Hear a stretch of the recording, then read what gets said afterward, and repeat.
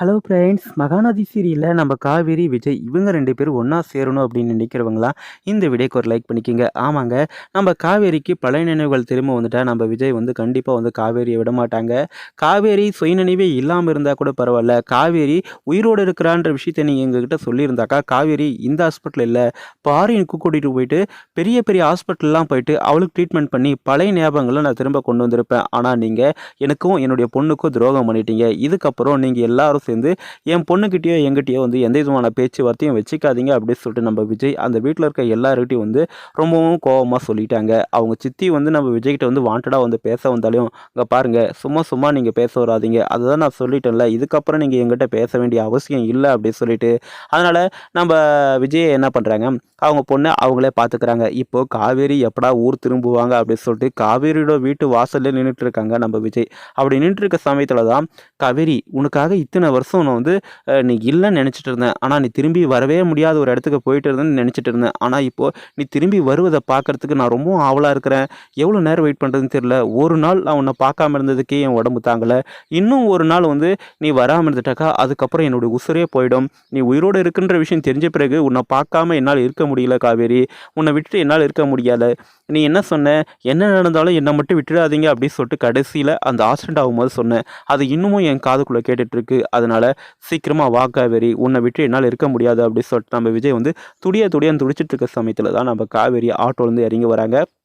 காவேரியும் அவங்க அம்மாவும் பார்த்து நம்ம விஜய் வந்து ஒரு நிமிஷம் அப்படியே ஆடி போயிட்டாங்க. அப்படியே அவங்களுக்கு என்ன பண்ணுறதுனே தெரியாமல் அப்படியே வந்து ஷாக் ஆகி போய் நிற்கிறாங்க. இந்த மாதிரி சமயத்தில் நம்ம காவேரியும் அவங்க அம்மாவும் வீட்டுக்குள்ளே போகிறாங்க.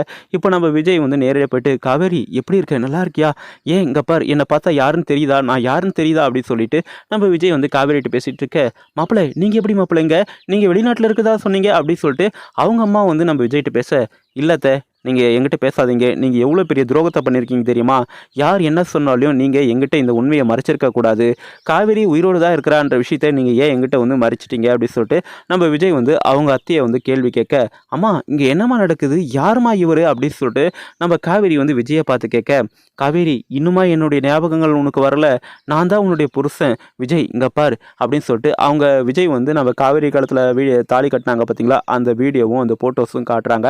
இதை பார்க்குற காவேரிக்கு ரொம்பவும் ஷாக்காக இருக்குது.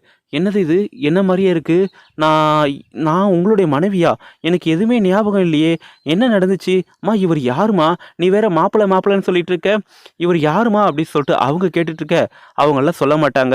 அவங்க உனக்கும் எனக்கும் மிகப்பெரிய ஒரு துரோகத்தை பண்ணியிருக்கிறாங்க. நமக்கு நடந்த ஆக்சிடெண்ட்டில் உனக்கு பழைய நினைவுகள் இறந்துருச்சு. ஆனால் இவங்கெல்லாம் சேர்ந்து நீ இறந்துட்டு தான் சொல்லி என்னையும் என் பொண்ணையும் நம்ப வச்சாங்க. நம்ம 2 பேருக்கும் பிறந்த குழந்தை தான் அம்மு. அம்முவோட கிளாஸ் டீச்சராக தான் நீ இருந்துட்டு இருக்க. அம்மு நீ பெற்ற குழந்தை தான். உனக்கு குழந்தை பிறந்ததுன்ற ஒரு விஷயமே வந்து ஞாபகத்துக்கு இல்லாமல் போயிருக்கு. இப்போ பாரு காவேரி, இப்போ பாரு காவேரி, என்னை பாரு காவேரி, நான் தான் உன்னுடைய புருஷன் விஜய் காவேரி, என்னை நம்பு காவேரி அப்படின்னு சொல்லிட்டு அந்த ஃபோட்டோஸ் வீடியோஸ் எல்லாம் காட்டுறாங்க. நம்ம விஜய் இந்த ஃபோட்டோஸ் வீடியோஸ் எல்லாம் காட்டும்போது நம்ம காவேரிக்கு பழைய நினைவுகளாக சீக்கிரமாக திரும்பி வந்தால் ரொம்பவே சூப்பராக இருக்கும்னு சொல்லிட்டு தான் நான் நினைக்கிறேன். நீங்கள் என்ன நினைக்கிறீங்கன்னு சொல்லிட்டு உங்களுக்கு எதுன்னு கருத்தில் கமெண்ட் பண்ணுங்கள். அதுக்கு முன்னாடி நம்ம சேனலுக்கு இப்போ தான் முதல் முறையாக வரைக்கும் சப்ஸ்கிரைப் பண்ணிக்கோங்க. தேங்க்ஸ் ஃபார் வாட்சிங். நன்றி. மீண்டும் நாளை சந்திப்போம்.